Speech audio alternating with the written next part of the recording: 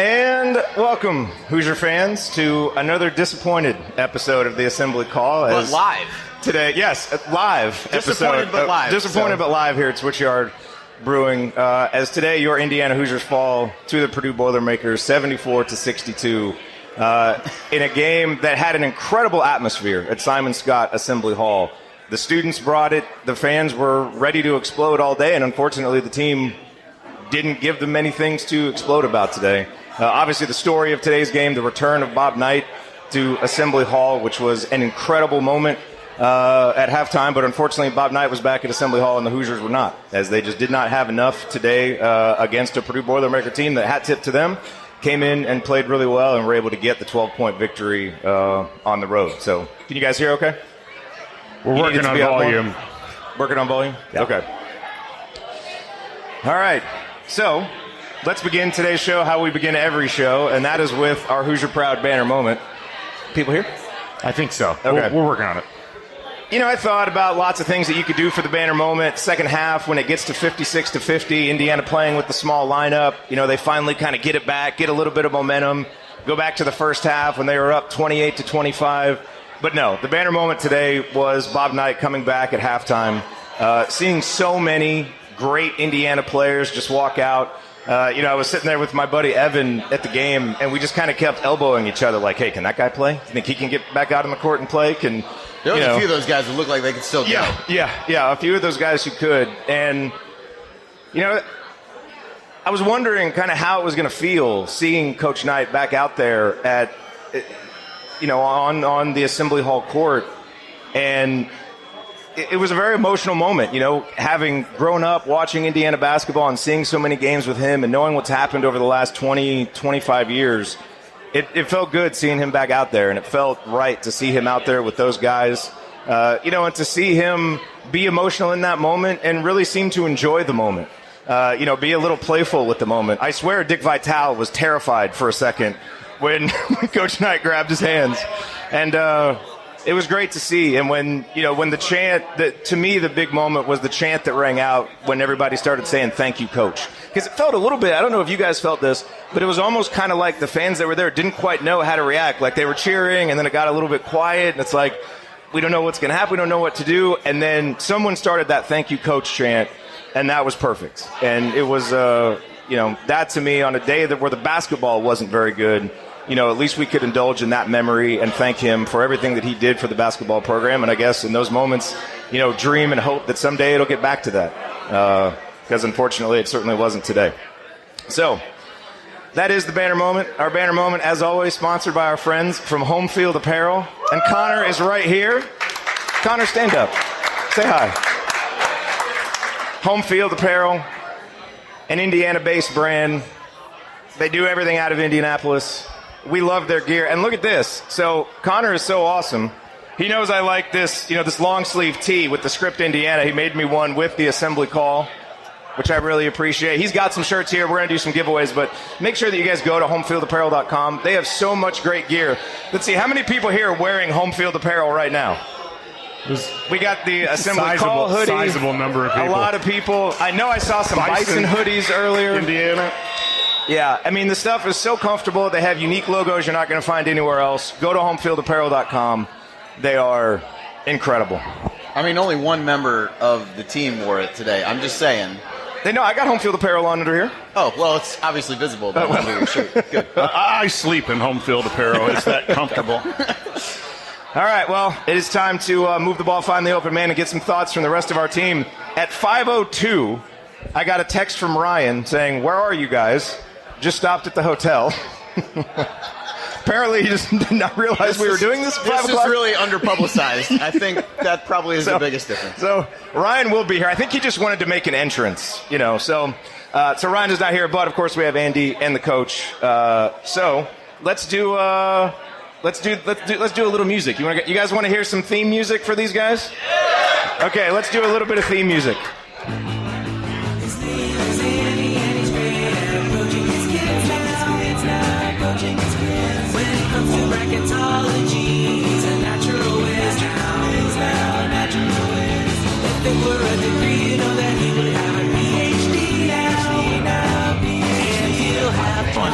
Fun.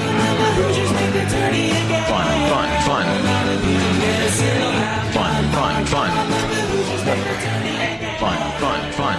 Andy, your bottoms line on today's disappointing Indiana performance. Well, and another person who's here is the great Bob Thompson, who has done these songs. So The great Bob Thompson is here. Where's Bob? I don't know where Bob is. Where's Bob? Oh, he's in the back. All right. I ran into him on the concourse You're the man, Bob. earlier today. So if anybody else here is looking for their own theme music, I got right back there. I'll hook you up.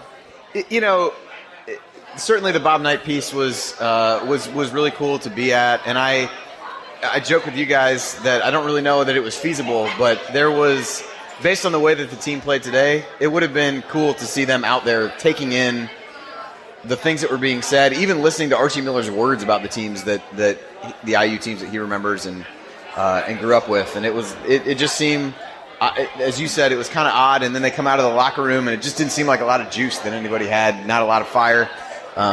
We commented that the body language seemed a little bit off, and that really is how it proved out. I mean, I go back to what you said. I mean, 56-50, 2 times they had the ball. The place is just waiting to explode. They had weathered the early storm. I think got down by as many as 16, and did a good job to get back, but just couldn't get over the hump. Couldn't put enough game pressure on Purdue. And you watch some of the teams. We mentioned this coming over here. You watch these two teams cut.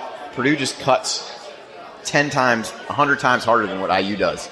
And the urgency with which they operated, which pains me to say quite a bit as you look at it, but just the physicality, Purdue really dictated the physicality of the game. I thought IU got them in foul trouble early.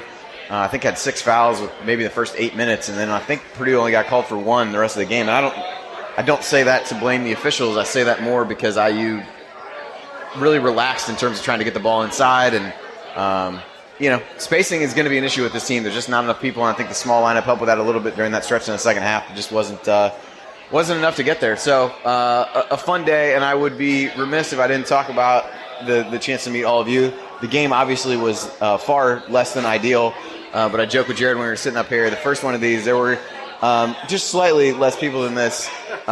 It was just general people who wandered into Yogi's that may have thought they might get a free drink or something if they moved back in our area. So really appreciate everybody being here. It has been, for all the kidding aside about the song, it has been a fun weekend. We had a lot of fun last night. Got to meet Keith Smart and Dean Garrett at Knicks.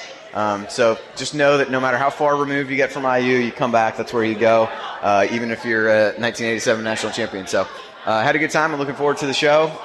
Although, if anybody has other topics they would like to hear us talk about besides this game, yeah. I, for one, am open to any of them. All right. He remembers the days when a movie cost $1. Heaven help you if you ever decide to pop your collar. Play hard, but remember, fake hustle is a crime. He's the coach and it's Tonsoni time. Coach, what's on your mind? Well, it's a disappointing day when you lose. It's a disappointing day when you lose to that team from up north. All around disappointing day.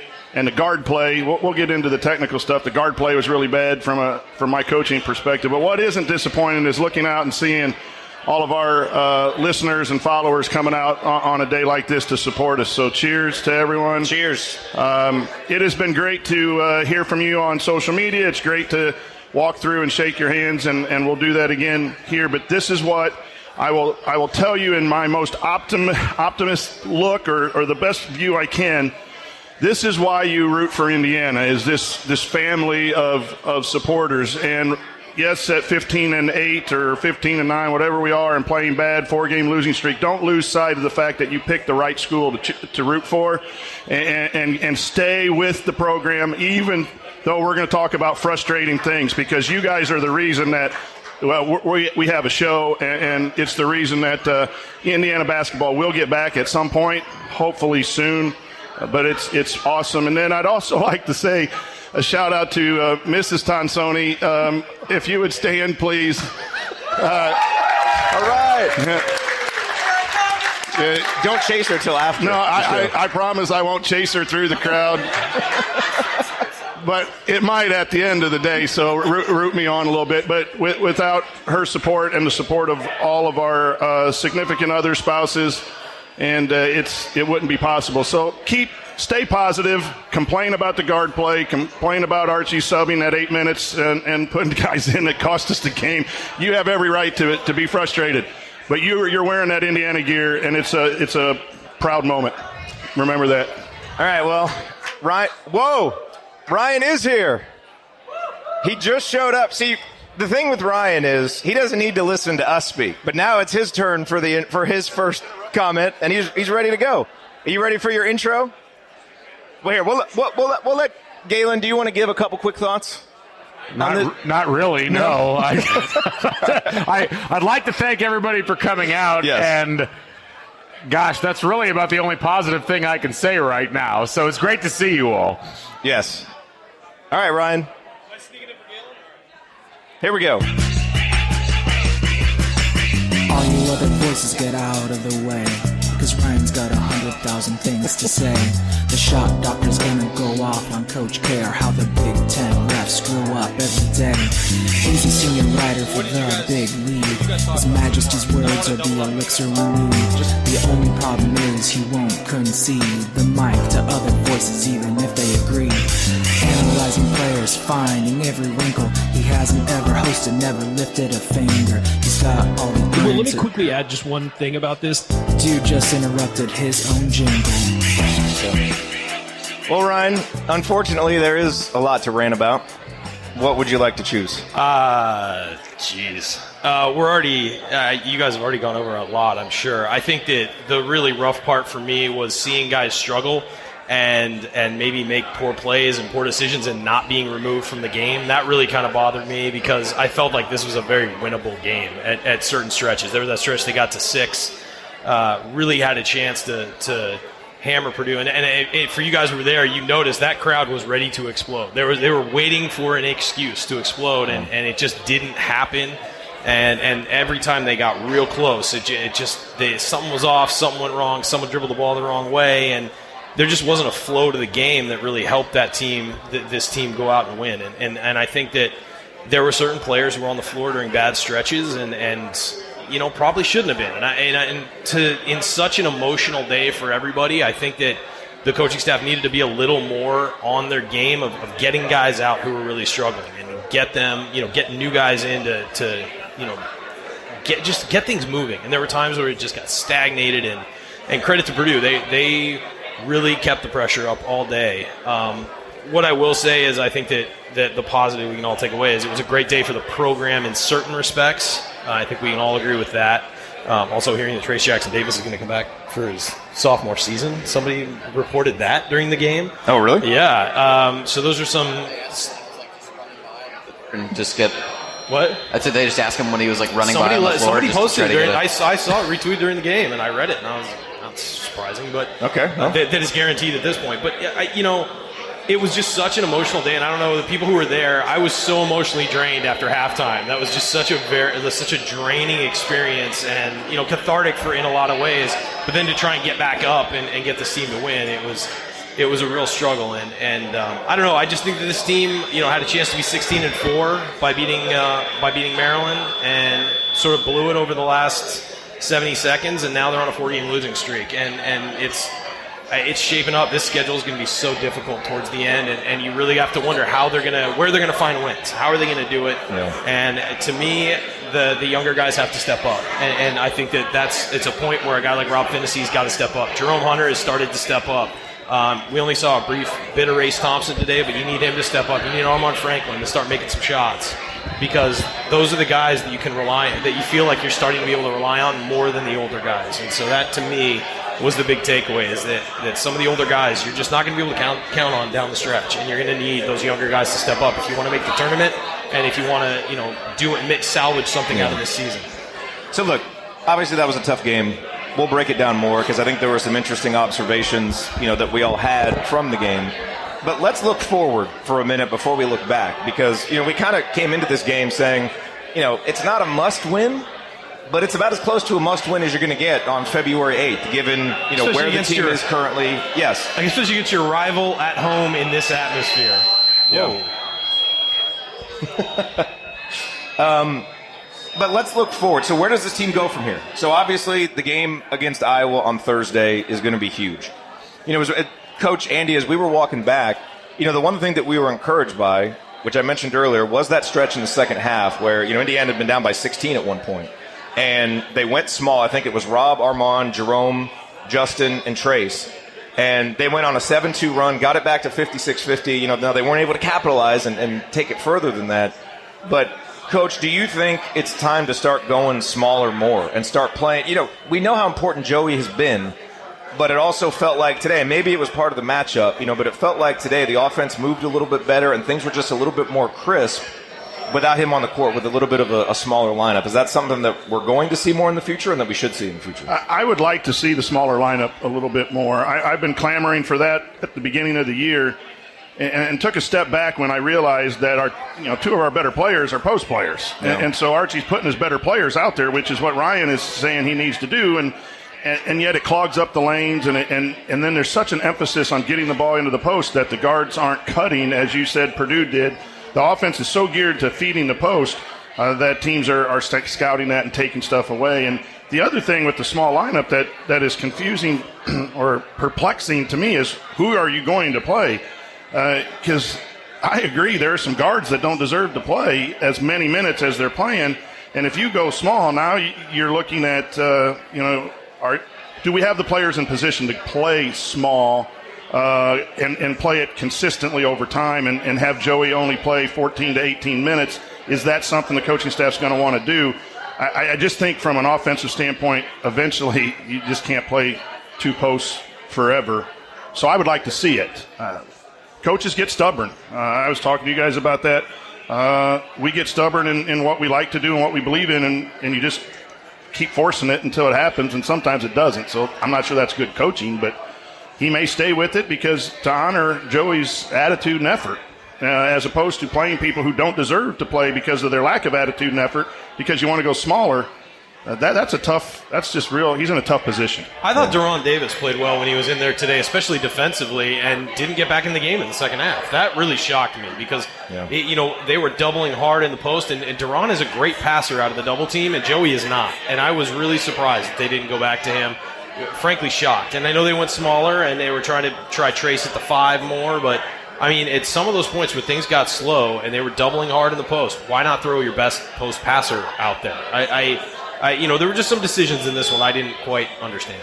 Yeah. Well, I think Jerome playing better unlocks the ability to try to play small, but it eventually comes back to guard play because inherently playing small suggests you've got a whole bunch of guards that you think are playing really well.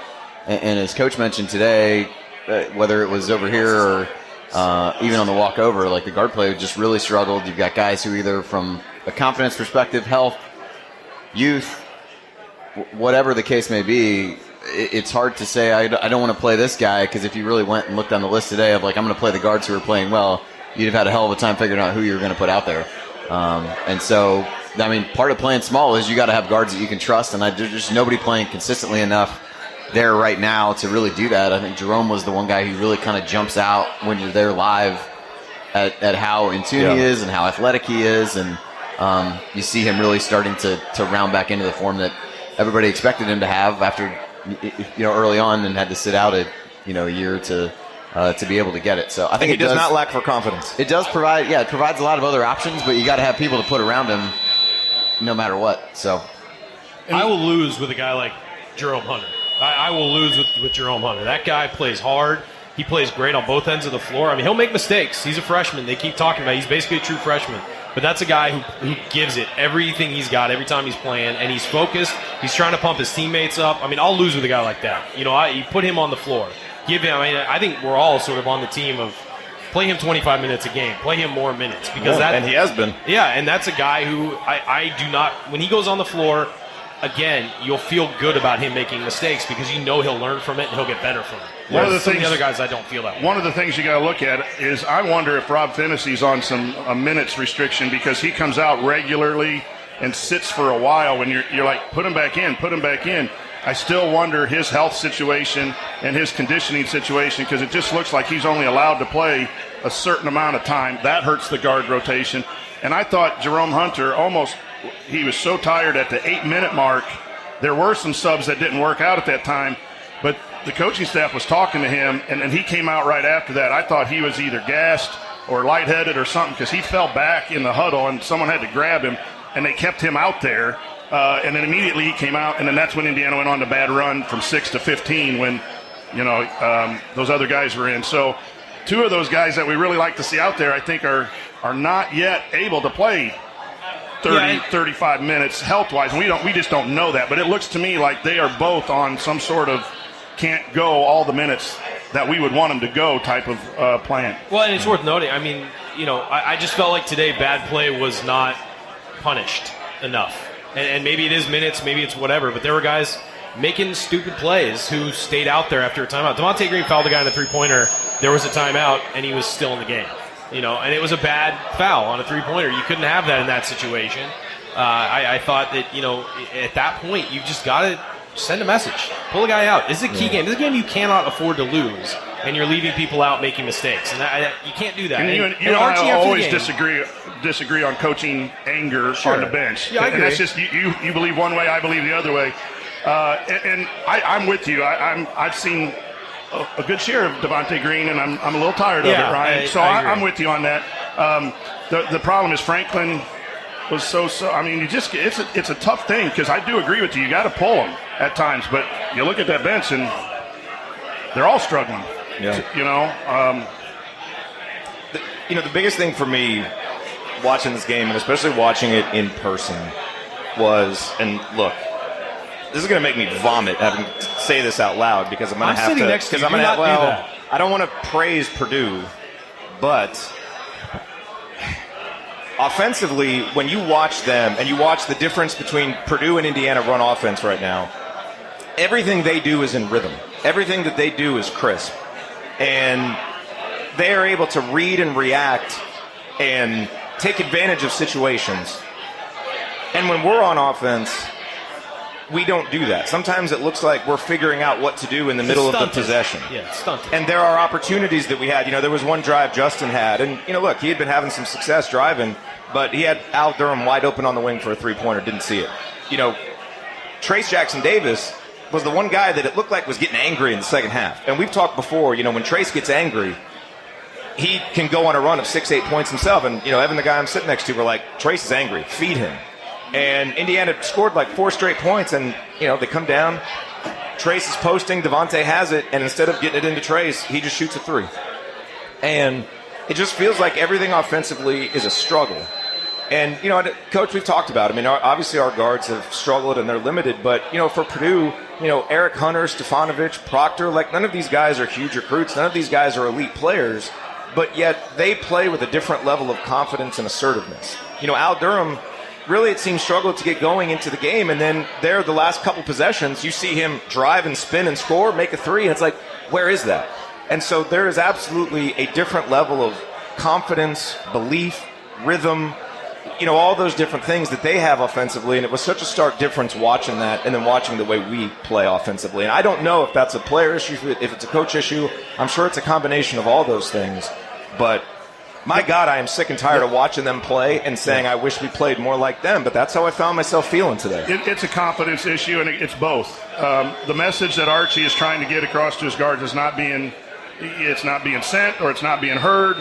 Archie needs to figure something out because the guards are not playing with confidence. They're playing very hesitant, which leads to casual play. And sometimes that's the coach. You got to find a way to get your guys to play with a lot of confidence. The Purdue guys are playing with confidence, and maybe it was that 19-3 game at Iowa because they've had some really bad games on the road. But, man, they might have found it in that Iowa game, but those guards played with confidence.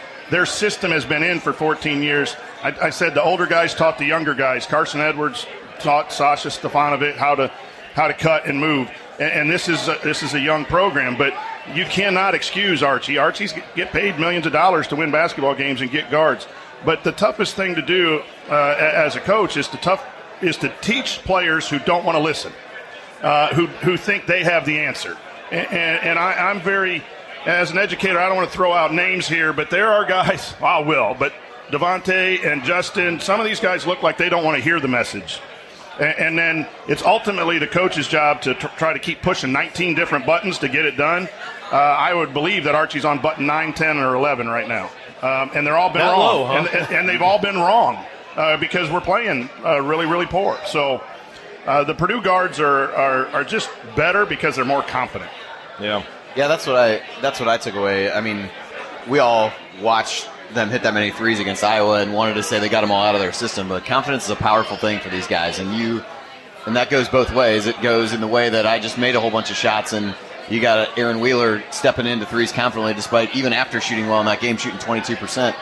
And then on the flip side, I think you see how fragile IU's confidence is. Things start to go bad.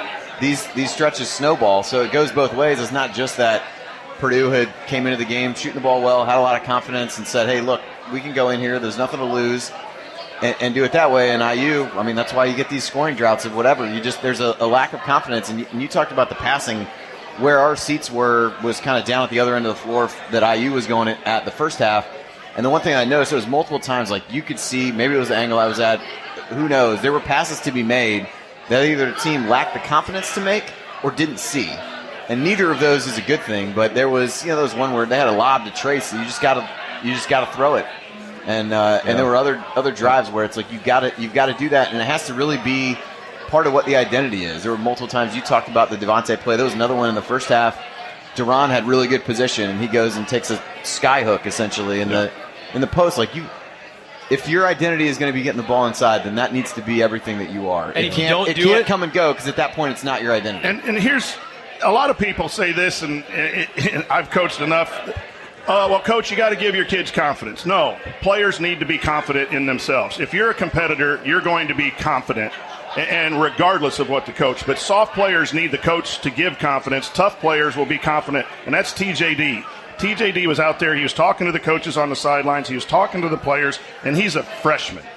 And Joey Brunk, first year of the program, is the energy guy. There is a signal there, people, of why we have first-year players that are talking and doing things, and we have 3- and 4-year players who aren't. Let's be real. Here it is. That's so we need more tougher players. Indiana needs dudes. They need guys who are just going to go. But you still got to coach right way. Of course I'll give you that. You got to coach who you have. But that's just the beer talking, Coach. Don't start going back agreeing with there. Ryan. Don't start agreeing with him. Yeah, it's really a bad stretch of life when you start doing that. You're my guy. I just think that, again, Jerome Hunter, Trace Jackson, you'll lose with those guys. Yes. Given effort. And Indiana needs to find more guys like that. I mean, let's be real. There are misses on this team, and guys who just haven't performed the way they're supposed to perform and haven't lived up to their expectations. Yeah. And quite frankly, when you lose by what was the final score? 12-13. 12, yeah. Yeah, you lose by 12 at home against your rival on not a must-win game, but in a nearly must-win game.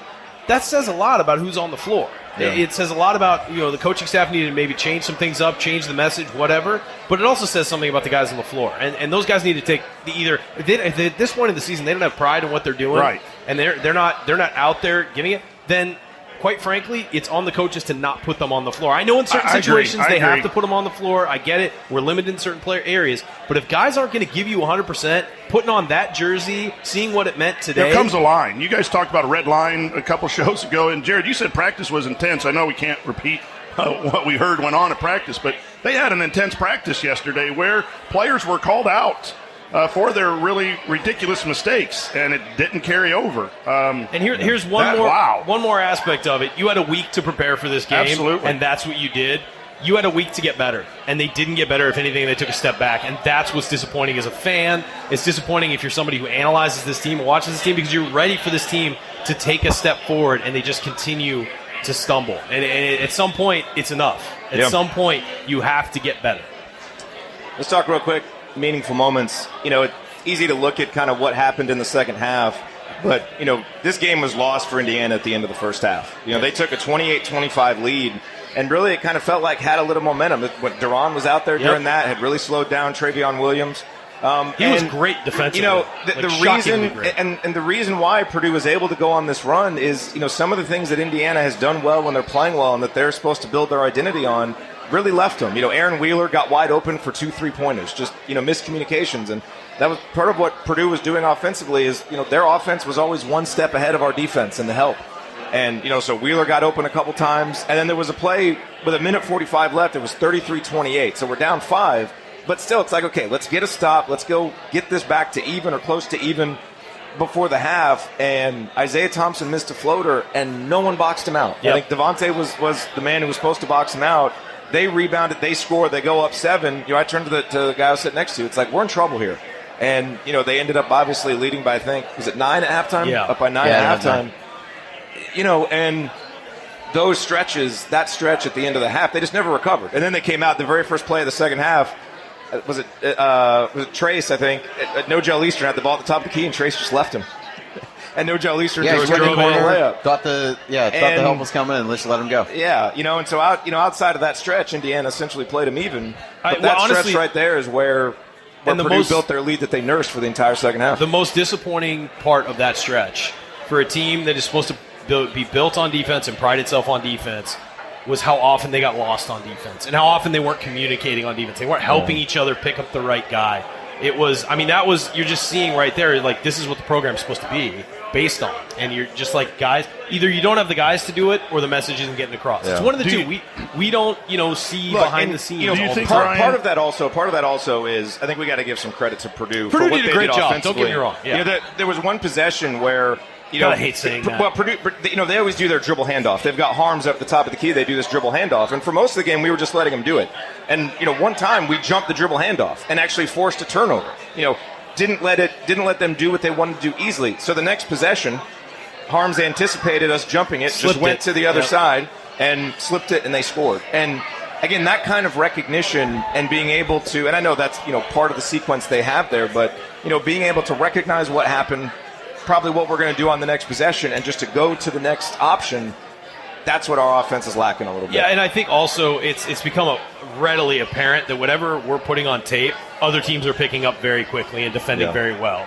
And it's easy. A couple weeks ago, maybe about a month and a half ago, our inbounds plays, our under the basket inbounds plays were amazing, and we're doing great. We haven't gotten a bucket off an inbounds play in weeks. Wow. And it's like, hey, if it's not working, you got to alter it, fix it a little, change it a little, constantly be upgrading what you're doing as opposed to just running the same thing over and over and over again, because it's easy. It's clearly easy to stop. There's a team that's scoring in the 50s. Ryan, do you think, too, defensively, I've been a advocate of this. I think some of the struggles defensively are playing two post players. When a lot of college basketball is a stretch 4, even 5s. Garza's hitting 3s at Iowa. Best lineup today was with TJD at the 5.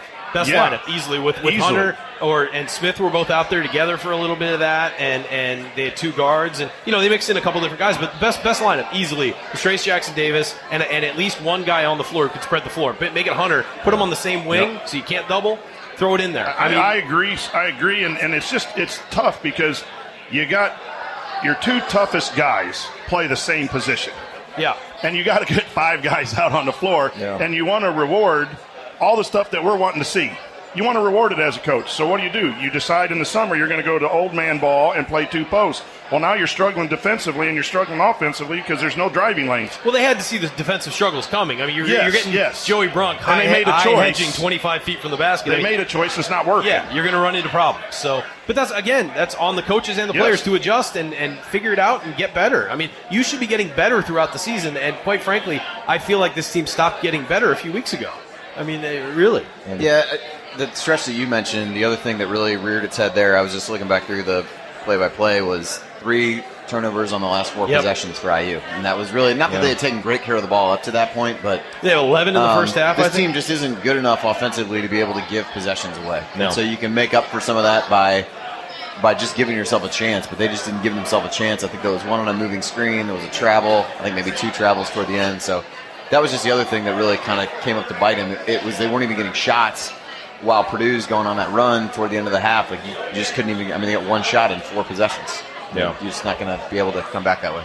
All right. Well, this is normally the point in the show where we talk stats. Is anyone interested in a statistical breakdown of this game? Not at all. No. So let's give out some game balls, and then let's move on and talk about some more pleasant subjects. And this will probably be pretty quick. There's really only a couple guys I think that you could go with. You could talk Trace. You could talk Jerome, I think, for game balls. Andy. Or you could say no game ball because we lost to Purdue on the day that Bob Knight came back to Bloomington, or to Assembly Hall. I struggle to give no game ball. I'm also struggling to pull up the actual correct box score here on my. I can take my your phone. spot. Trace Jackson-Davis gets my game ball. That's the guy. Second. All right. I would give Jerome honorable mention. Yeah, I just me thought too. He was They were a the two guy that guys. really stands out. And we talked about this on the way over here. Like, there is, I think, in a lot of ways, a talent deficiency on the roster that maybe we haven't. We see. We did this last year. I think we maybe didn't do as bad a job of it this year, but I think you see the idealized version of every guy. Yeah. But when it really boils down to it, like, you kind of got three dudes, and one of those is Finney at this point, who you feel We like got him is, saying dudes, everybody. is hurt, and so I really think Jerome stands out. I really think if this team is going to turn things around down the stretch, he's going to be a really big part of that because he provides flexibility in the lineup that nobody else really does. Yeah. That he can guard different positions because he's got good enough size. He can score different areas of the floor. And again, to go back to the confidence thing, like, that is a guy who has a lot of confidence. He lets every shot go like he thinks it's going in. And sometimes you need guys like that. This team doesn't have guys like that. It's pretty much him. And At the and very that's least, it. when you put a shot up, you might get an offensive rebound. It's better than turning it over or just not getting the ball off. I mean, at least you shoot it confidently. You've got Trace Jackson-Davis down low. Anything could happen. You could get a bucket off. I always think it's going in when he shoots it. Me too. He's got a good And shot. I would hope that he has a little north-south game, too, because we're missing that north-south aspect. And that's another reason, the Proctor kid at Purdue, sneakily good at getting in the lane. Hunter can get in the lane. And right now, our guard play is so poor that they're not getting in the lane to cause the defense any decision-making or put them in rotation. And the only rotation we're getting is a double in the post. Yeah. And then when you don't have good, kickouts, it becomes a real tough offense. But Hunter is really good. And when he's healthy now and developing his conditioning, he's going to be a huge part of whatever we can do down the stretch. Yeah. Well, when we talk about floor spacing, I mean, we've mentioned this again on the walk over here. I mean, there's possessions. Purdue just got 4 guys just hanging out in the paint. Yeah. So you couple that with you don't have a ton of guys who are great straight line north-south drivers with the fact that there's not any space to drive it anyway. Yeah. It is not good. And so he's a guy that, again, unlocks flexibility because he's a guy they've got to account for on the outside, and there are not enough guys on this team that fit that description at this point. All right, well, let's switch gears here a little bit. I think we've exhausted every possible angle of that game. And Who wants to relive any more of this game? We don't I'm no gonna one say does. no. We don't want to talk about okay. that anymore. All right, so good. We're on the same. We're all on the same page. So we're going to rotate some other people in here. Let's start. I think the Hysterics guys are here, and we want to bring them up. Come on up. While they're coming up here, I do want to thank a couple of people. I want to thank Galen, number one, for helping us get this set up. And frankly, for helping to inspire this entire podcast, because he was the first one, the godfather of IU sports podcasters. I want to thank Joel. Where's Joel? He's over there somewhere. He made the food. If you haven't gone back there and had some of There his he pulled is. pork, some of his mac and cheese, unbelievable. And definitely want to thank the folks at Switchyard for letting us do this, for giving us this opportunity. Really appreciate that. Well, I don't. Everyone who came, hello, thanks getting to them. All Hey, right. we did that, but you were late. You're right, you I missed was that late. part. I Called apologize, saving the everybody. best for last. And everybody who's here in person today, thank you for coming. Thank you for coming out last night, for hanging out with us today, and just for watching the show and being supportive of what we do. We really, really appreciate it. Because without you, we're just 4 guys staring into our computers talking after IU games. Yeah, But- that was a rough couple years when we were doing that. It was. Yes. All right. So with that said, let's bring Eric and Ward up here. Let's get their thoughts. Here I come, Yeah, Mrs. take the two. Tonsoni.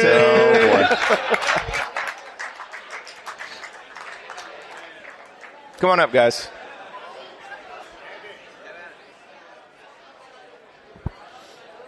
Eric and Ward, Hoosier Hysterics. I assume everybody here is subscribed to the Hoosier Hysterics podcast by now. An unbelievable event that they had at the Bluebird. And now they're here You go, boys. to talk about this game. Are we on right now? I believe the mics are hot, yes. Oh shit! Oh.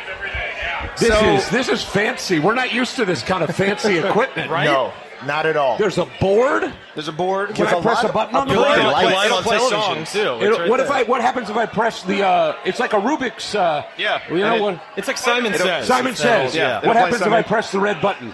It'll play the Crimson Cast intro music. There we go. There you go.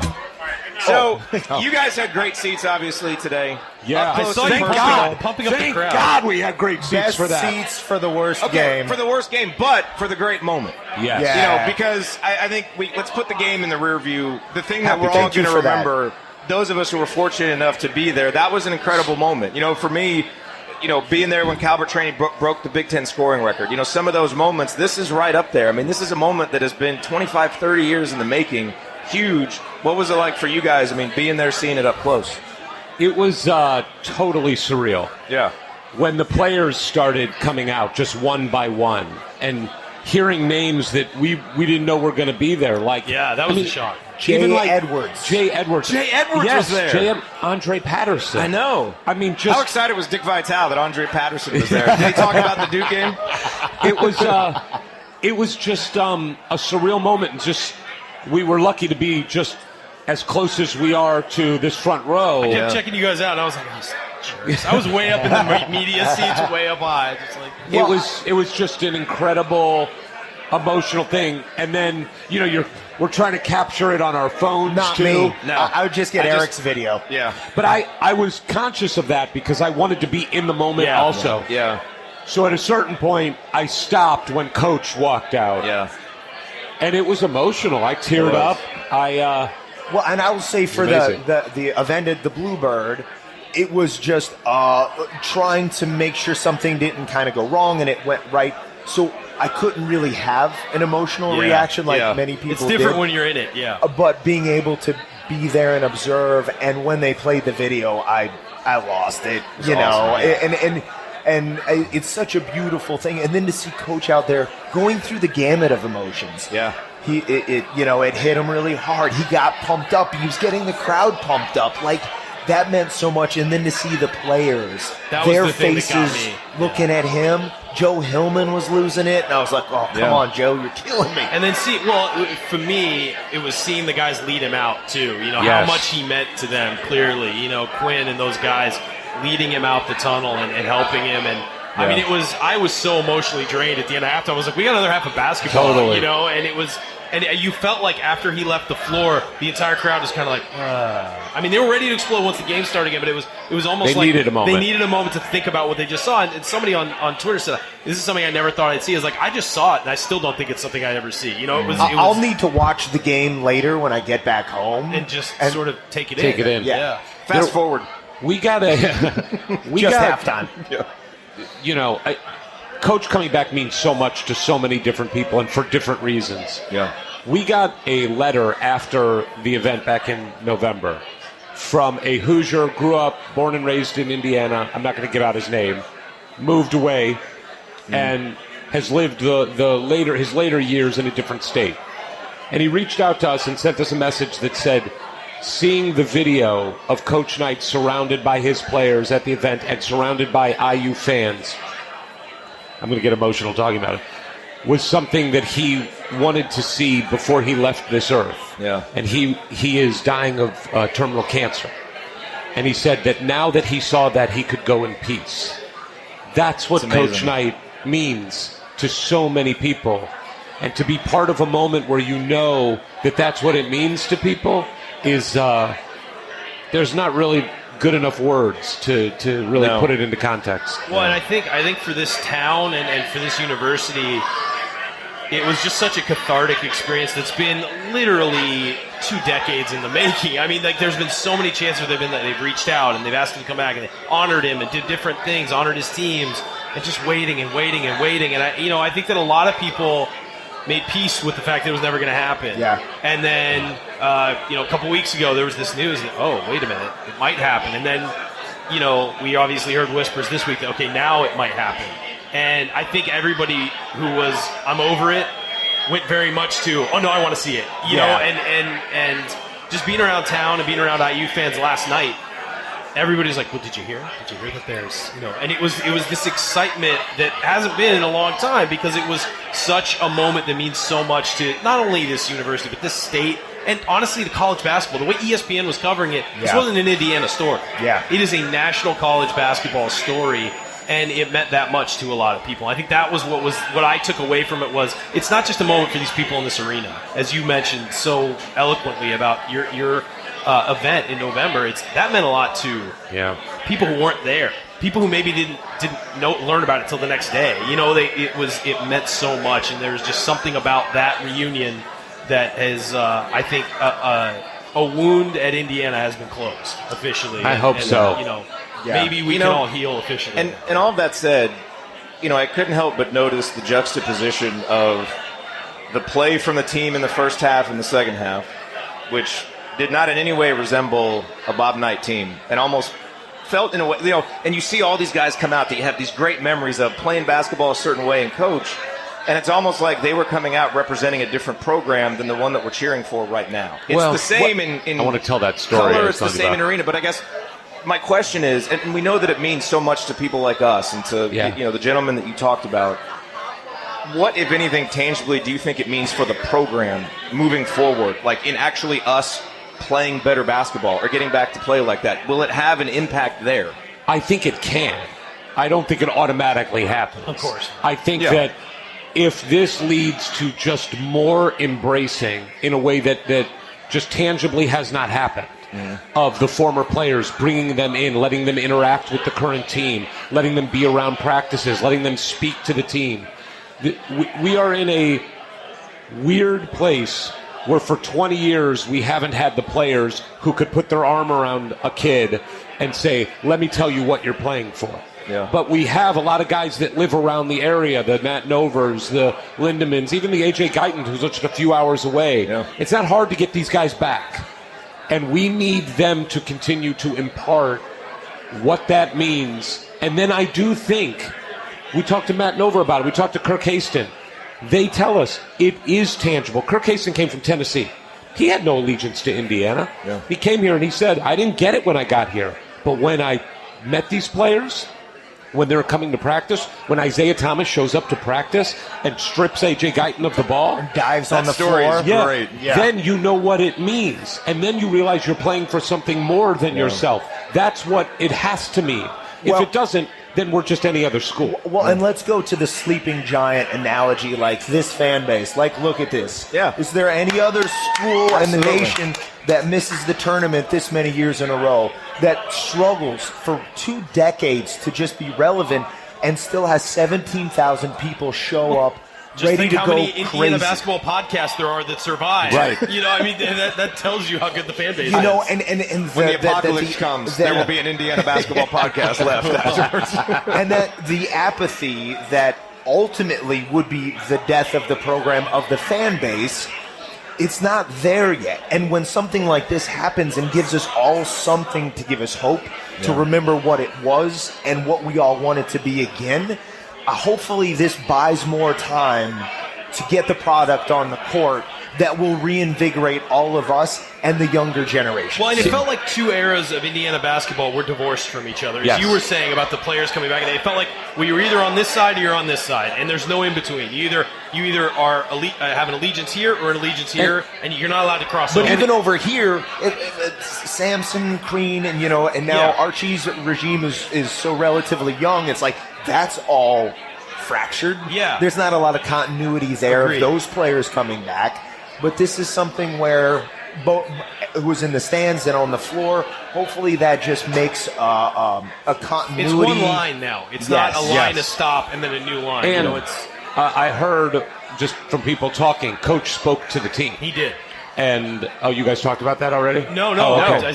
I read that. Yeah. He went to, and I heard from somebody around the court that said he said to the team, go beat their asses.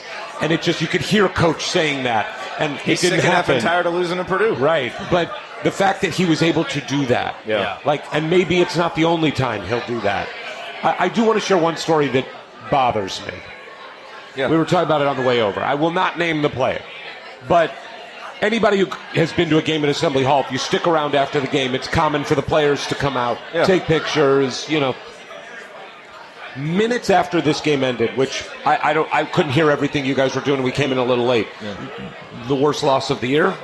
No, unequivocally. So the worst loss of the year, the most important loss of the year, most important game of the year. Minutes afterwards, there's a player that's part of the main rotation that is out there on the court, still in his jersey, yucking it up. laughing, having a good time. And I don't expect these guys to oh hell, the sky is falling. I do. But I could not help myself but thinking, if Bob Knight was the coach of this team, do you think that kid would have been allowed out to just yuck it up? And it pissed me off. It was just... They might have had another practice. That's what I'm saying. Right. They would have cleared us out so they could run sprints. And I don't know why that all happens, but it's more than just Coach Knight showing up. It's about getting it. You got to care. And we don't get it yet as a program. Well, and it's harder now because hard. all the kids got their phone. They're checking their likes right after the game's over. Well, but they should check our stream and like. Well, that's we want fine. that. We want them to like They want to listen to our the post-game videos. show of Assembly Call. Yeah. But it's something where that's where maybe those former players can come back and be like, look, put down your phone for a second and look around. Experience this loss with your teammates and make it so you don't want to feel this again. It shouldn't mean more to us. It shouldn't sting us more than it stings them. They're the ones out there. It should sting them a little more. But, I mean, to be fair, we don't know how the other players were responding to it, but no player should be out there yucking it up. Certainly, watching it on the court, you got that feeling. Like it's not that guys aren't playing hard. They're giving effort. They're playing hard. They're obviously working hard, and they want to win. They're just not able to do it right now. But I think what you guys are hinting at is, for a long time, there's playing hard, there's effort, and then there's that next level that makes it special. Yeah. And that's what Indiana always had, from a physical toughness standpoint, from a mental toughness standpoint. It's what we don't Indiana. see right now. No, I think it's that's the magic. what we got used to seeing. And I do think it was that every player who wore that jersey, for the most part, I'm sure there's exceptions, of course, they knew they were playing for something greater than themselves. They were playing for this. They were playing for the fact that the amount of content that you guys put out on a weekly basis, for how long you've been doing it, what is it, 9 years? Yeah. What fan base has that? It is incredible. Crimson Cast, Hoosier Heartland, all these things, that is what they're playing for. We were saying it's trippy to come back and anybody know what we're doing because we're just in Ward's garage. But as we're walking in to Assembly Hall, we get this really sweet woman who's clearly in her 80s stopping us to tell us that she loved watching us. It's a key demographic. And yes, it is. We do very well with that. And then students who listen. And you want the students that are here that weren't even alive when Coach was here to feel more of what we felt in that first half and halftime when the crowd was in it. It's special. There's a buzz. Yeah. And we just can't get there yet. Yeah, that building, for a big game when the team's playing well, there's nothing like that building. There just isn't. Nothing. And nothing in college basketball. I remember, I'm going to just drop this name. You can pick it up later. When I was talking to Jay Billis about it, he said there's no better place to watch a game. He's like, whoa, Cameron. Because he went to Duke. Well, he went to Duke. He's got to say. What is Cameron, 5,000 people? I was recording him at the time, so I think he had to save himself. Yeah. He said there's nothing like a big game at Assembly Hall. There's nothing.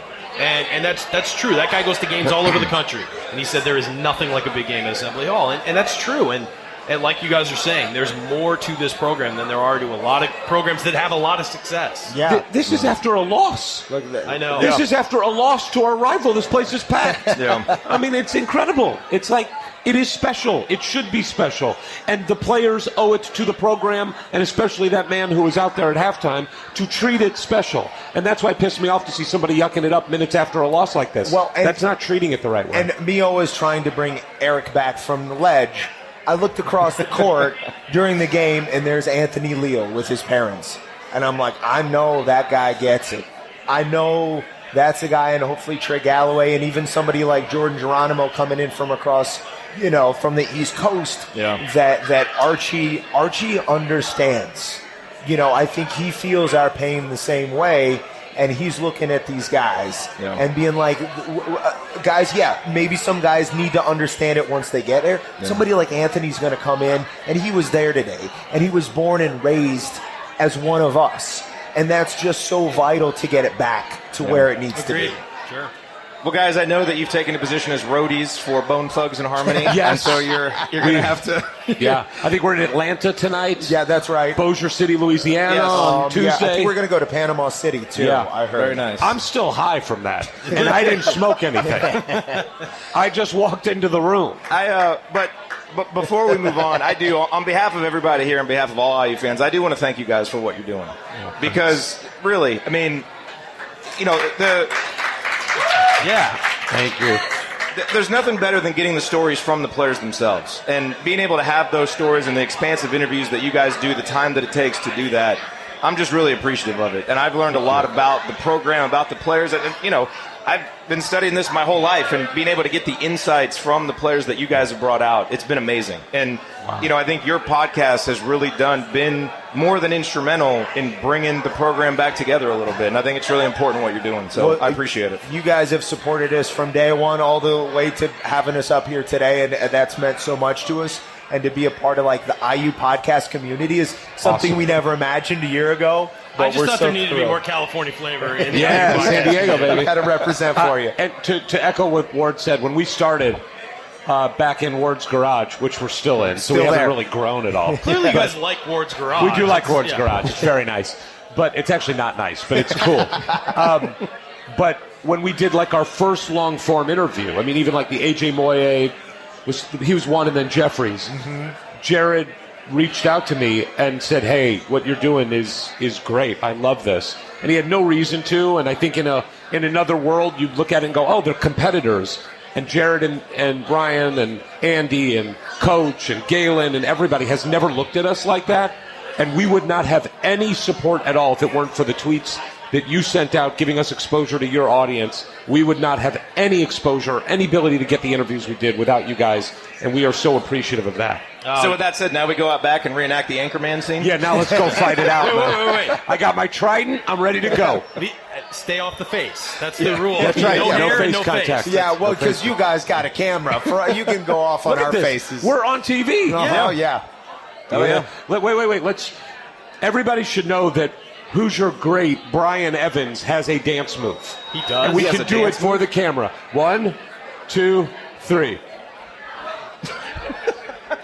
That's the Brian Evans wave. Okay. If you see him out tonight, which he probably will be, he's the Brian ask him Evans to wave. give you the wave. Okay. He's been working on it for 30 years. And he'll be the first to tell you we don't do it justice. Yeah. Oh, okay. No. All right. Thank you, guys. Thank you, man. Awesome Thanks, to have Jerod. you here. You guys. Thanks, Keep doing Ryan. what you're doing. Appreciate it. Thanks so All much. right, so let's bring the Hoosier Hysterics, everybody. All right, Galen, come up here. And then do we want to do some audience questions? Well, Jay's got a mediocre one for sure. I know Jay has a mediocre question. So I want to get, Galen, let's get your thoughts on the night moment, then we'll open it up for some questions. Oh, boy. Yeah. Here's the thing. I echo a lot of what everybody said so far on the show. It just feels like there's a disconnect with IU basketball and the way that we are, I guess, historically used to seeing it play. I tweeted something out like the way IU approaches a lot of these games right now is the way that we as IU fans made fun of other Big Ten programs for approaching games 20 years ago. Yeah. There's just not a lot of distinction in the way that IU plays basketball, and they played good in certain games this year. They won the game at home versus Michigan State. That was an enjoyable game. They figured out a way to win at Nebraska. There's been a couple other games like that, but by and large, it's been really rough. And we can talk about players needing to buy in, and I think players certainly need to buy in more, but it feels like there's not much of a foundation for this IU basketball program. It does right feel now. like they're trying to run on ice a little bit. Yeah, I mean, it's like when it works, it's fine. It doesn't work that often. And, I think the first couple of years under Archie, I was willing to be like, well, it's not really his roster. You're in year 3 now. You're halfway through the Big Ten season at this point, and it's like time to start answering the questions that have piled up for the first 2.5 years. You just want to see consistent improvement, and you're not seeing it at this point, I think. You don't care if you don't make the tournament. I mean, you obviously want to make the tournament. If you're not making the tournament, but you look better, and you look like, oh, we're building towards something, then you feel better about where the program is. But to see these peaks and valleys, and it's up and down for 3 years. You can have, and that's the frustrating thing one of the things, if you go back and you read, I hate to pass all this through the lens of the Bob Knight era, but that's the era that 99% of the room is conversant with. It's appropriate today. It's very frustrating, for instance, in the Maryland game, to have your best offensive game of the season and lose because you gave up, 6 points in the last minute. Yeah. It's very frustrating to have a good defensive game and then not be able to score and end up losing as a result. Yeah. This is probably the worst of the losses, not just because it's Purdue, not just because Bob Knight was in the building, not just because of all of the buzz that was around it, but they never looked like they were in the game to begin with. And that's probably the most unpardonable of sins with IU basketball. It's why people wrongheadedly advocate for, play the walk-ons or play freshmen even if they're not capable of winning, because people just want to go out and watch people play hard. Yeah. Even if, and this was the thing about the 08-09 season, it's like people still look, and that was a terrible year. Awful. It was awful. But people look back kindly on it because that team looked like they were at least trying. And there's large stretches of this season so far where you're just not seeing that. And I think that for almost every program has an identity. IU's identity has always been built around this idea that the team plays hard, the team plays good defense, the team efforts and outsmarts the opposition. Not seeing it right now. So, Galen, I have a question for you, though. You made your national television debut when Bob Knight was let go. It's true. You look a little different now.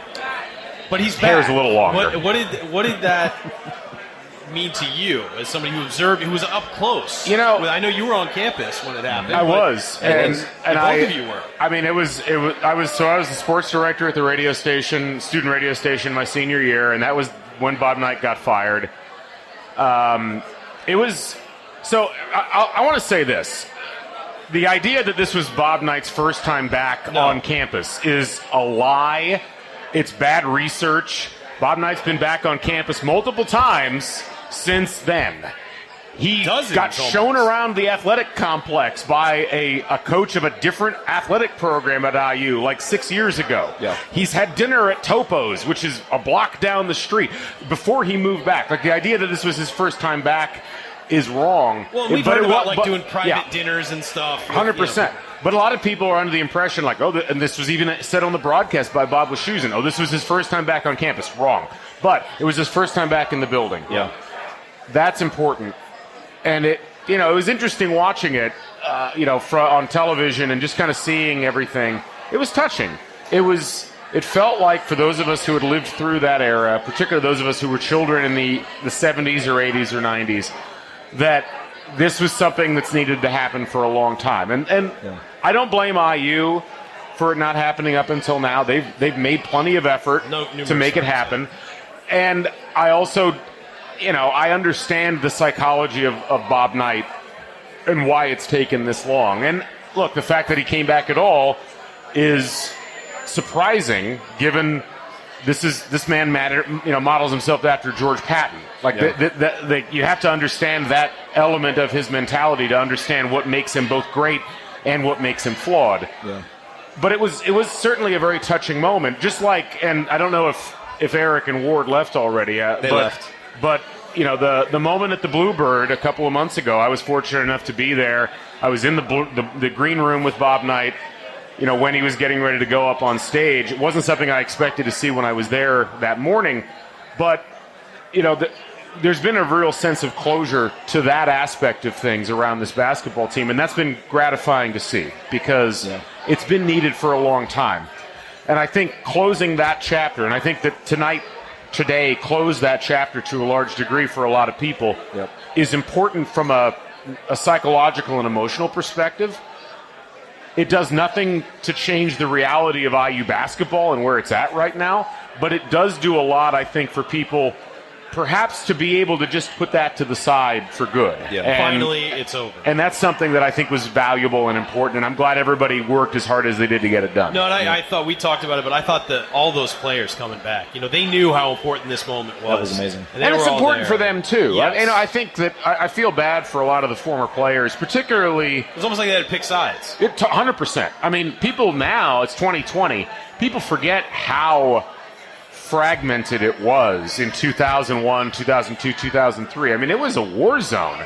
Not just online either. I mean, it was I came to school right in the middle of that, Right. and I was like, why doesn't everybody like each other? Yeah. I hit campus in 2003, and that was the middle of the bad era, the beginning of the really bad Mike Davis stretch. And the thing is, there'd already been some fractures as early as the mid '90s, and there were people who wanted to move on from Knight and go a different direction, but most people were supportive of Knight. And the way that things went down, I mean, I think you can make a very valid argument that things needed to change at IU, but the way that it happened satisfied nobody. Yeah. The aftermath satisfied nobody. And for an IU basketball program that, frankly, in its history has been ruled by these big troughs of kind of wandering in the desert with these artificial peaks that happen in the middle of it, this was the worst thing that could have happened from a cultural perspective. And so it's good to see that finally start to get closed a little bit. I mean, it's never going to be like it was from a mindset perspective. That was an almost unduplicatable era. Yeah, of course. And from the standpoint of the way that fans view IU, it's been 20 years now since people had the attitude that they had about IU basketball at the time. But I think seeing Knight back in Assembly Hall and his reaction to me felt genuine. Mm-hmm. It felt like he was genuinely happy to be there. He was genuinely happy to acknowledge the crowd. And that was not, I mean, I think if this happens 10 years ago, I don't know if you get that. So to some degree, the timing was almost about as good as you could get it, all things considered. All right, so let's do some audience questions. If we have some folks that want to ask questions from the audience. Let's also give away some shirts. We have some shirts that we can give away, right? So our guy over here. Our guy, Connor, from Home Field Apparel. Okay, so let's think of some good questions that we can use to get some shirts. So, did anybody here come from out of state? Is anybody here from out of state? Don't ask Madeline. Okay, Kent is from out of state. Yep. Kent gets a shirt. Kent gets a shirt. Where are the shirts, Connor? Are they Connor's over here? got them in a box over here. Yeah, how many people do we have from out of state? Raise your hands. Yeah, we got a few people from out of state. Suddenly we have a lot more people from out of state than we had before. Now that they know that there's going to be shirts. Out of if county is not out of state. Lawrence County is not out of state. Yes, if you came from out of state, you deserve shirts. So come on up here. Come on up here. Connor brought some shirts. I don't think he brought the oval shirt. What do we got here? Hey, where are you from? Tucson, Arizona. Okay. That's a long way to go. That is a long way to go. Sean Miller basketball camp? Okay, well, worlds are colliding here. All right. Very nice.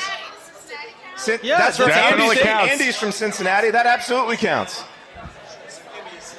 So we got Tucson, we got Cincinnati. Or you want me to stick up here? A lot of good people from Cincinnati. Yes. There are many. We get coaching. Let me get coaching.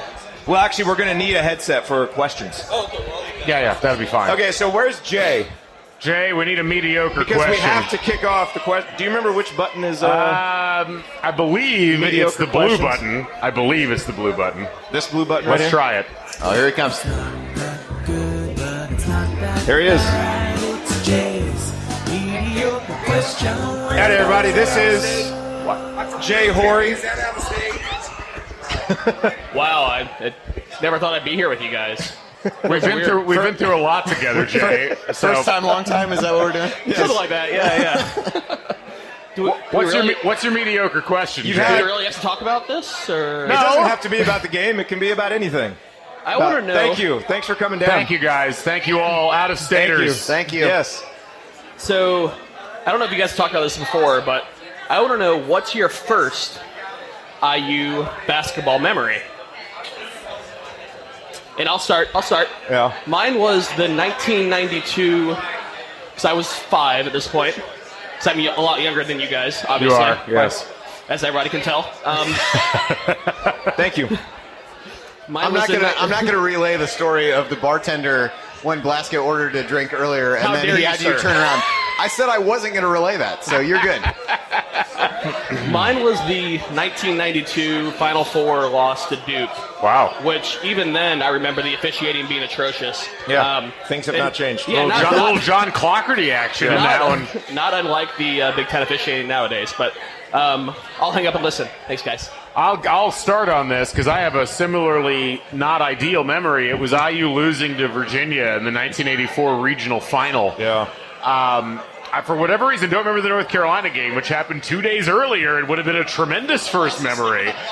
But, I distinctly remember Olden Polonese scoring points and beating IU.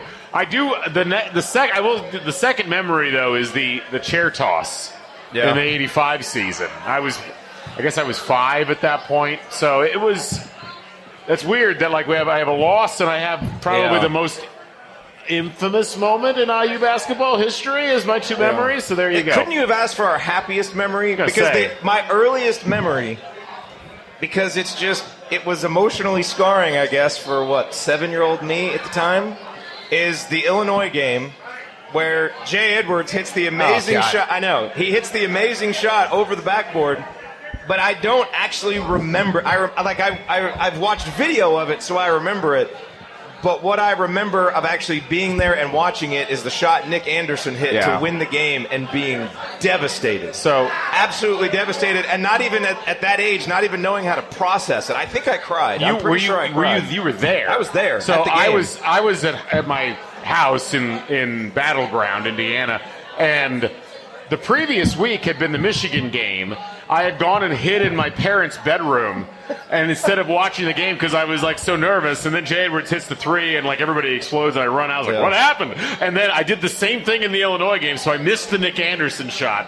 Lucky you. I heard it, and it was bad. It was not a good memory. Anyway, go on. I mean, everything up until then is great. There's a certain level of irony that we were at Nick's at lunch yesterday, and they were showing some show on BTN about that Illinois team.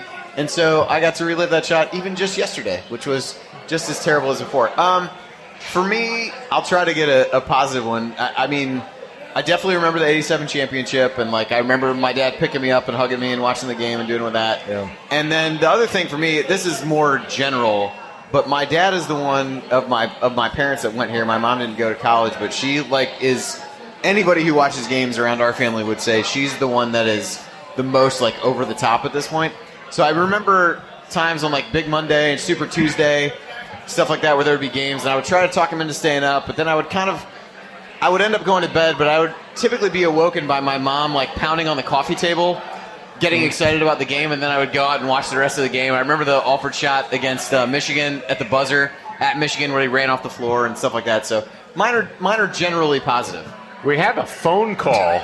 Okay. We have Jason Kennedy, the legend Jason Kennedy. I want to see. Let's see if we can make this work. Jason, go ahead and let's give this a shot. Okay. Long-time listener, first-time caller to the show. Love what you guys are doing. Great stuff.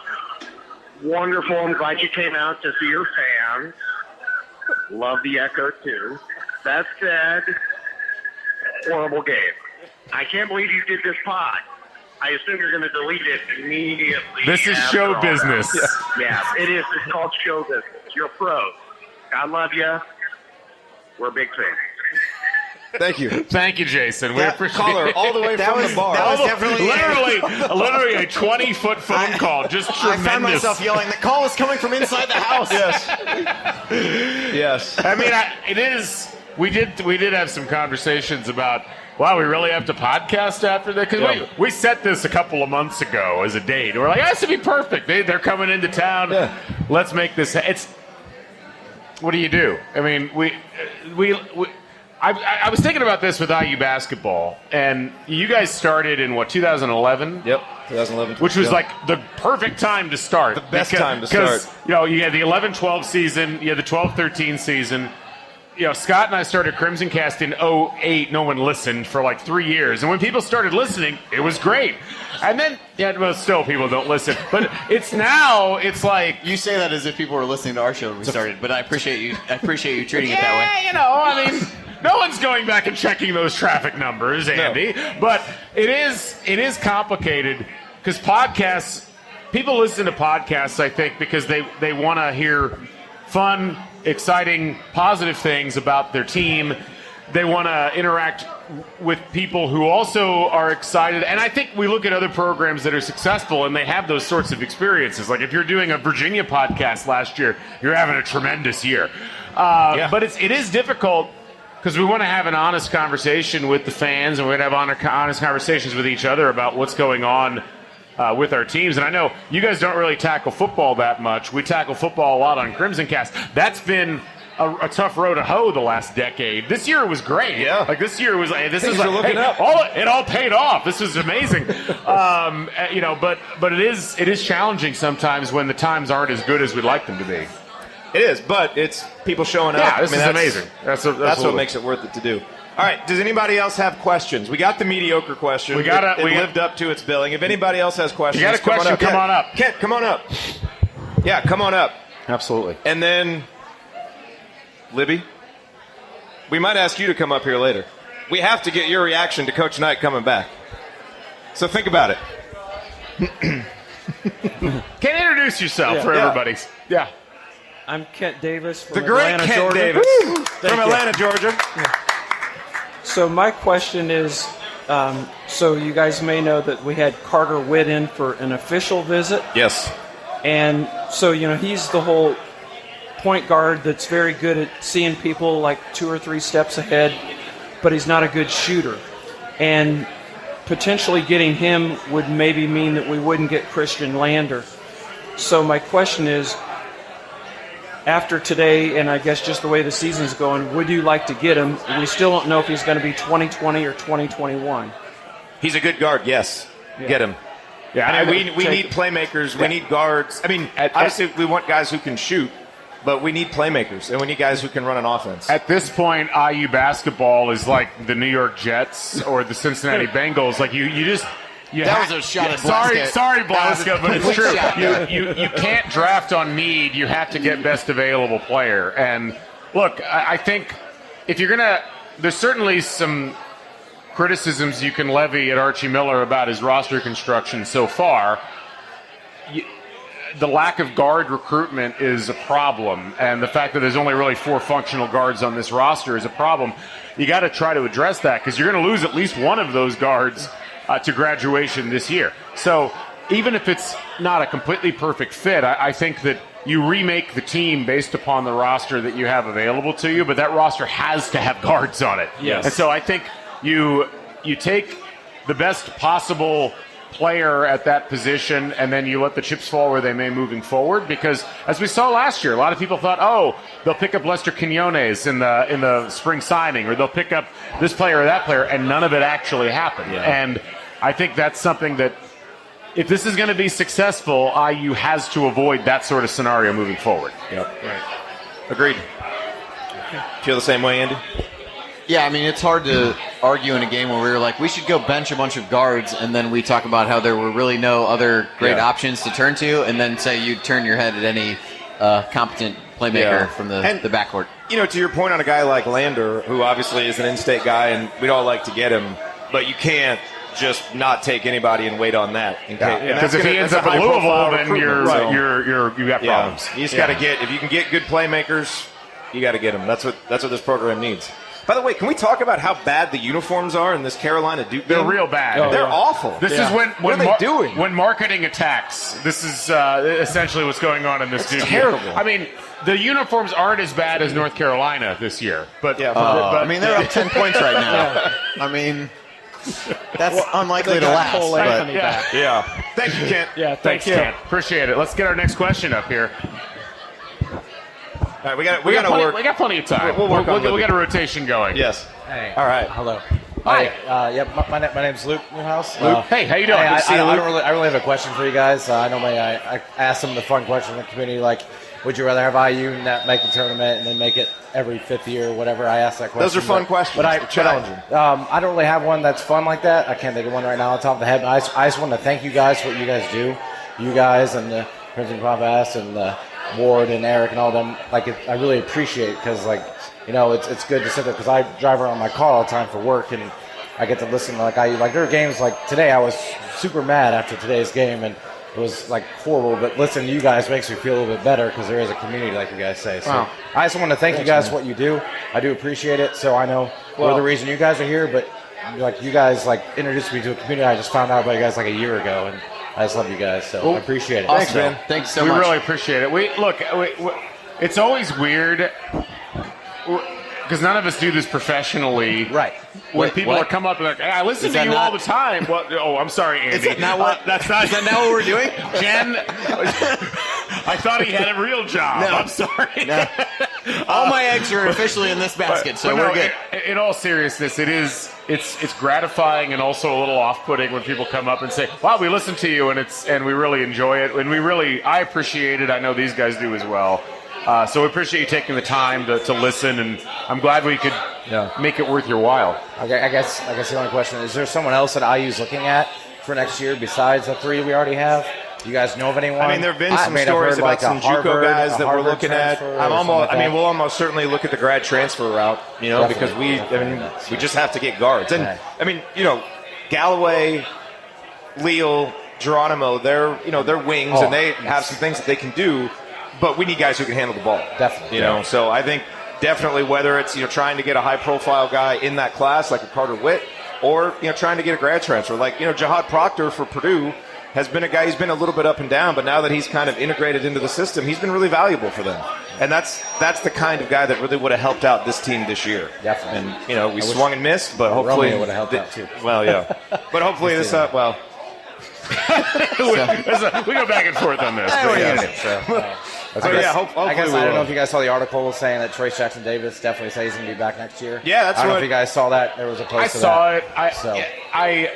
You never know until it happens. Right. Yeah, this is the thing. I mean, it's last time February. It's February 8th. I mean, things can change between now and then. But is he or is he not on a 2-year plan? That's really the question. Yeah, I would. The last time Ryan said someone was on a 2-year plan, it didn't work out quite so well. He's over there at the bar now. Yeah, he doesn't care. No. Well, thank you Luke. so much for thanks, listening. Appreciate the kind words. Appreciate you coming out. Thank you. Thank you. Absolutely. I'm gonna use that a little bit because I don't know how long this person can stick around, but I'll try to keep it together while I have this conversation. But for those who don't know, like Jerod is one of the nicest people you'd ever meet.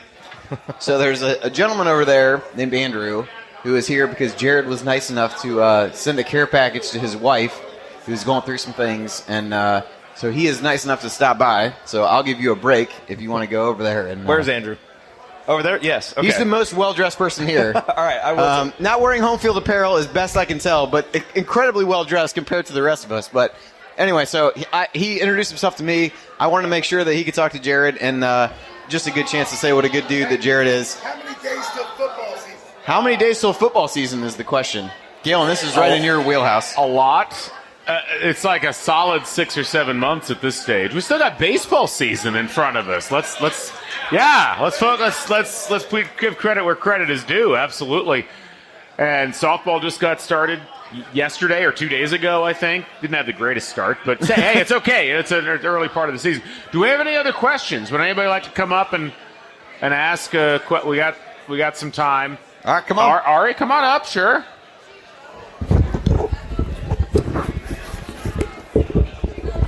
This is a little self-serving, but I wanted to ask you your favorite OG Anunoby moment and thank Assembly Call for all the writing they've let me done. It's been such a great experience. Awesome. Yeah, so for those who don't know, this is Ari, who's done a lot of the features on former IU players in the NBA, so he's gotten, I'm sure I'll miss some of these, Thomas Bryant, OG, which was potentially the greatest interview challenge that anyone could be given.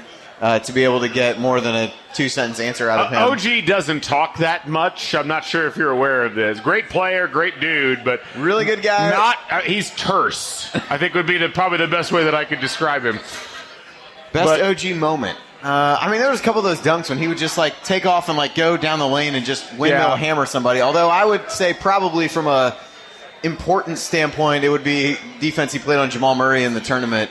Blocking the one shot in particular that I can remember, and at least from a meaningful game standpoint, that's the one that comes to mind most immediately. That's the funny thing about OG's career at IU is that it felt very compressed because there was a large section of the year that he really contributed where it didn't seem like the team was going anywhere, and then suddenly they did. But I don't know. I mean, that you look back at his career numbers, and I'm trying to jog my memory here, frankly. He had a pretty good first couple of games of the tournament. You mentioned the Kentucky game, the Chattanooga game he was very good in. But, man, I don't know. It's as much as OG Anunoby has blossomed in the pros and as much as he had individually good games here at IU, it was like it was a fleeting thing. You felt like, wow, I wish you knew that it was there, but you just didn't ever get the chance to see enough of it, whether it be injuries or different things like that. Absolutely. I would agree with that. So, other questions at all? Ken Bykoff's here. Hi, Ken. How you doing? You got a question? Come on up. Okay, let's make this happen. I thought you were going to make Ken come up and I ask was a not question. I would never force anybody to ask a question on a podcast. He just raised his hand, and then just immediately you're like, why don't you come up here? Hey, how's it going? What's up, man? Hey, Galen, good to see you. Good to see you, too. Cheers. Salud. Salud. I have two questions because I missed the first half of the show. Okay. So I can't really hear back there. Yeah. So I don't know if you've covered this or not. Where are the next wins in the schedule? We've got 8 games left, right? Right. We've got 4 home, 4 on the road. Indiana still has a chance to make the tournament as far as I'm concerned. But where do those wins come from? Because I could see them going 0-8 in the next 8 games, the way they played today. I would like to think 0-8 is not going to happen, but I could not with complete certainty. After last year, you can't. I could not with complete certainty tell you that wouldn't happen. So here's the thing. The next win almost has to be on Thursday when they play Iowa, because if you lose that game, you're riding a 5-game losing streak, traveling to Michigan and traveling to Minnesota 4 or 5 on the road at that point. And then you've got the Penn State game at home, and then Purdue and Illinois on the road. That's a tremendous. Well, we can go ahead and knock off Purdue and Illinois on the road, right? I don't entirely know if I agree with that, and here's the reason why. Okay. This sounds weird to say, but the Big Ten is strange. Like, we like to think of everything as linear. It's like, oh, Team X won on the road at Team Y, therefore they'll win at home against Team Y. That's almost never how it works. I remember the Fab Five lost to Northwestern on the road in a random game, and everybody's like, well, how did that happen? That's the Big Ten for you. So I'm not willing to write off the idea that Purdue could just throw a stink bomb up at Mackey Arena. Probably won't happen, but IU beat Illinois on the road last year. Illinois, but this is a totally different Illinois team than last year. They are a talented team that's relatively young. You put Galen in the uncomfortable position of having to advocate for. I'm not advocating for anything, but I will say that you asked where the wins are going to have to come from. I said they have to win against Iowa, because if they lose against Iowa, they're now 5-8, and that puts you in a position where essentially you have to win 5 of your last 7 games? Yeah. And that's a really difficult spot to be in, because that involves having to win on the road. And so I think they're going to have to win one of those 2 road games, whether it's the game at Michigan or the game at Minnesota. And I think both those games are winnable if this team can figure out how to pull itself together when bad things happen. And I don't know if they're there yet. What do you think, Andy? I think I agree with what you said. I think the Thursday game becomes really important. So for as much as everybody could kind of waffle back and forth of whether this was really a must-win, I think the Iowa game definitely falls into that, because I don't think the Iowa just lost by like 900 points at Purdue. So let's keep that in mind. You know? So I just struggle to think. I mean, when you watch, we talked about confidence and different things like that earlier in the show. Nobody wants to think too much about last year, but it's hard not to have that in the back of our minds as fans to say, hey, if things really start to snowball, what happens? So I think they need one to stem the tide, and hopefully that comes on Thursday. I would say, Michigan beat Michigan State today as best I tried to look at game results after we got here. The part that was on when I was here earlier was unwatchable. But it got slightly more watchable and then became completely unwatchable.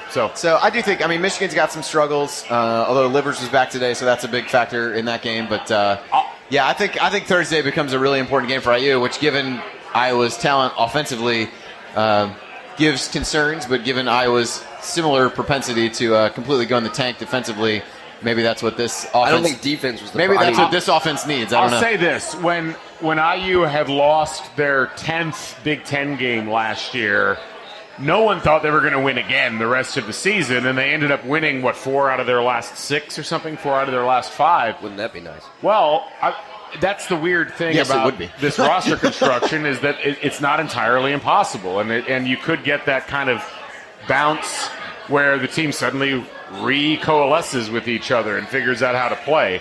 But it's hard to envision it right now, and I don't want to be positive. I really don't. I'm really angry. Like I'm about as angry as I've been at IU basketball in like 3 or 4 years right now at this very moment. It's sad that it's not longer. It's really I know, sad that I it know. hasn't been longer. That's the other thing.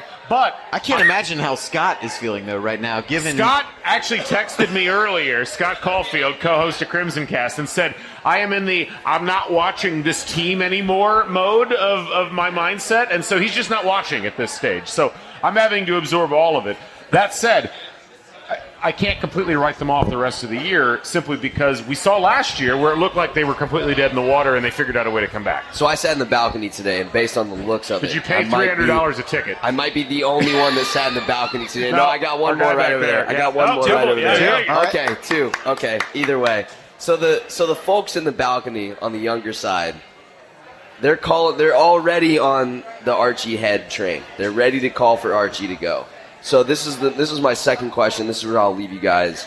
But these have been really uplifting questions. Sorry, Yeah, I realize you guys are a positive podcast. I'm a first-time listener, first-time caller. Thanks for having me. I'm still upset about the Tom Green fire, to be completely honest. Wow, okay. I don't think he should have been let go. That's a personal opinion. Do not either bring way, that up to Coach. I had that conversation with him on the way over. Do not bring that up to him. I won't bring it up to him. But I would love for you guys to assuage the fears of the people in the balcony who are upset and ready to see Archie go, because I don't think I'm ready to see that happen yet. But if you guys would love to comment on that, go right ahead. You take it first, Ryan. Okay. Archie is not going anywhere for a while. Financially, there's no athletic director. Financially, it's not happening. He will be back next year no matter what. There is no, unless he gets hired away somewhere, he's not coming. I have a theory on that. I know you do. We've talked about it, and I think it's pretty crazy. We're not enough beers in to get that theory out. Yeah. Yet, So Archie is not going anywhere. I know whether that's a good thing or a bad thing for people, he's not going anywhere. His contract is at a point where IU is not going to let him go. Now, after next year, if things have not gotten any better, I think that's when you start talking about it, and that's where it's realistic. You can start talking about it now all you want. I'm just talking about where it's realistically going to happen. And again, there's not an athletic director yet in place, and so the athletic director will come in and next year, I think, spend the year, I would imagine analyzing all the programs on campus, not just basketball, and making decisions about the future. So, yes, it's fair to start asking questions about this program. I've said that for weeks. You're not seeing the kind of advancement and development you want to see, whether that's some of the players holding the team back, whether that's the lack of development from the coaching staff. It's hard to say. It might be a combination of the two. But as we're sitting right now, today, Archie's going to be back next year. I mean, regardless of what you think about it, he's going to be back next year. I agree. However, I'm going to say this. Any students, any alums who are actively questioning what's going on coaching-wise right now should. Sure. Because at this point, I've been one of the biggest Archie Miller defenders in the podcast bubble, and I've done it because I felt like there needed to be a foundation laid, and all of the evidence leading into this year was like, this is the guy that can do it as much as anybody else. Yes. But I don't care who you root for, whether it's IU basketball, whether it's North Carolina, whether it's any other program, until you start seeing results, there's literally nothing to base your faith off of. And I think you're right. I don't think any changes are going to get made, and I don't think you're going to see any real movement, even in terms of people thinking about it at the administrative level, because I think Archie Miller is respected within the athletic department. I think people understand the reality of the situation that he inherited. But man, even with that, it's fair to start asking questions. There is very little forward momentum in games that matter, and that is a real concern.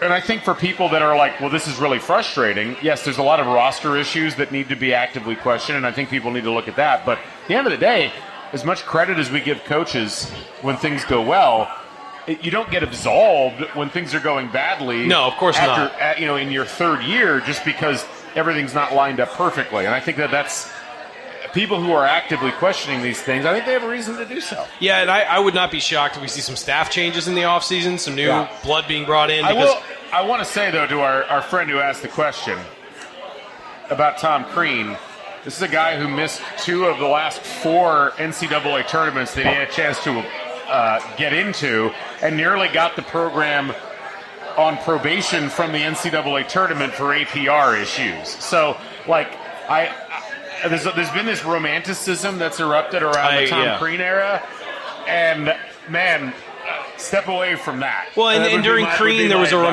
there was a romanticization of Kelvin Sampson as well, and there were, so that happens. And the Kelvin Sampson renaissance has been fascinating. It really to watch has. This last couple of years. Nobody ever questioned that guy's ability to coach. It was other stuff that was the problem. There were other things, yes. So, I think that, again, realistically, he's not going anywhere. Yeah. Whether there should be discussions of it or whatever, I mean, that's fair. As a fan base, you can always talk about that, and you can always discuss the issues with the program, and I think there's ways to sort of patch holes where I think there are some. I think that, again, I think there needs to be some staff changes. There need to be he should bring in, and I've said this last offseason, we discussed it, and we all kind of agreed that bring in an offensive coordinator. Bring in somebody to change what you're doing offensively, because clearly it's not working. It's not creating forward momentum and progress, and it's not sort of developing on top of itself. So maybe you bring in somebody who's, this program has resources. Go out and find the best of the best. Bring in what you can and try and improve it. Because, and I've also said it, if you love your job here, you need to work and scratch and claw tooth and nail to keep it and to get better and constantly be improving, because it's a situation where at a major program you don't show progress the way you need to, you're going to be gone. We're an instant gratification society. So, but it's not instant gratification. It's year 3. Well, I know, but I'm saying they're not going to wait 7 years. There's an effort deficit. You guys talked about this in the first part of the podcast. When you get your team completely outworked on your home floor by Purdue, who's not a good team this year. So I saw some Purdue people walking in. You're not a good team this year. You might make the tournament, but barely. This isn't last year's Purdue team. When you get outworked by this Purdue team and it results in a double-digit loss, that's a real problem, and that's not something that you can just explain away by saying, well, I don't have all of my players. Yeah, I think we touched on this a little bit when we were texting during the game, but at some point are there enough guys buying what Archie's selling at this point from a roster standpoint? And I think that's where you start to get a little bit concerned. And so I think, Galen, you put it well. When it's okay, it's acceptable, it makes sense to ask the questions that people are asking, because, like it or not, people look back at how things went last year and they immediately take what's happened in the last couple of weeks and spin that forward to, there's nothing that I've seen this year that tells me that a similar collapse down the stretch and performance like that is not a potential to happen again. We're going to wrap things up here because our next event is about to come up. And first of all, wanted to thank Switchyard Brewing Company for hosting us today. Tremendous throughout the course of entire day. It's been an awesome venue, so we appreciate Curtis and Kristen and everybody here for making this possible from a technical perspective. And thanks to all of you. Appreciate you coming out. We'd like to do more of these events in the future, hopefully under happier circumstances, but we'll try to make this a more regular thing. I think that, despite some of the less than exciting outcomes that IU basketball has seen, it's really uplifting to see how many people are excited about IU athletics and IU basketball in particular. So congratulations to all of you, and thank you for coming out. I want to say real quick for Coach, for Andy, I know he has a microphone, but I want to speak for him, for Jerod and myself, just thank you guys so much for all your support. Thank you for, we get messages on Twitter, we get people commenting, live chat during the show, all that. You guys are the best, and we're here only because of you. And we travel to come here, not to go to a game, not to do a show, but to meet you guys and interact with you, and it is the greatest part of what we do. So, and also thanks to the Hoosier Hysterics guys who were awesome on the show. So thank you guys so much. It means so much to us, and that's the best part of coming here is getting to meet and see all you guys. Yeah, and lastly, I will wrap with I would echo what Ryan said, but special thanks to Galen for setting this up. I came over here earlier, clearly having no idea how or if I could actually help at all. He was nice enough. He didn't make me feel dumb, but knew that I was not going to be of any use to him whatsoever. But he got all this hooked up, worked on getting the venue. It's hard when all of us are not here. So he was kind of the person on the ground. So we appreciate you and everything that you've done. We really appreciate it very much. And thanks, everybody, coming out. Look forward to chatting with everybody, drowning our sorrows a little bit more after the game. And we'll go from there. Thank you, thanks, guys. everybody, for coming out. We appreciate it. We'll catch you folks on the flip side. So long, everybody.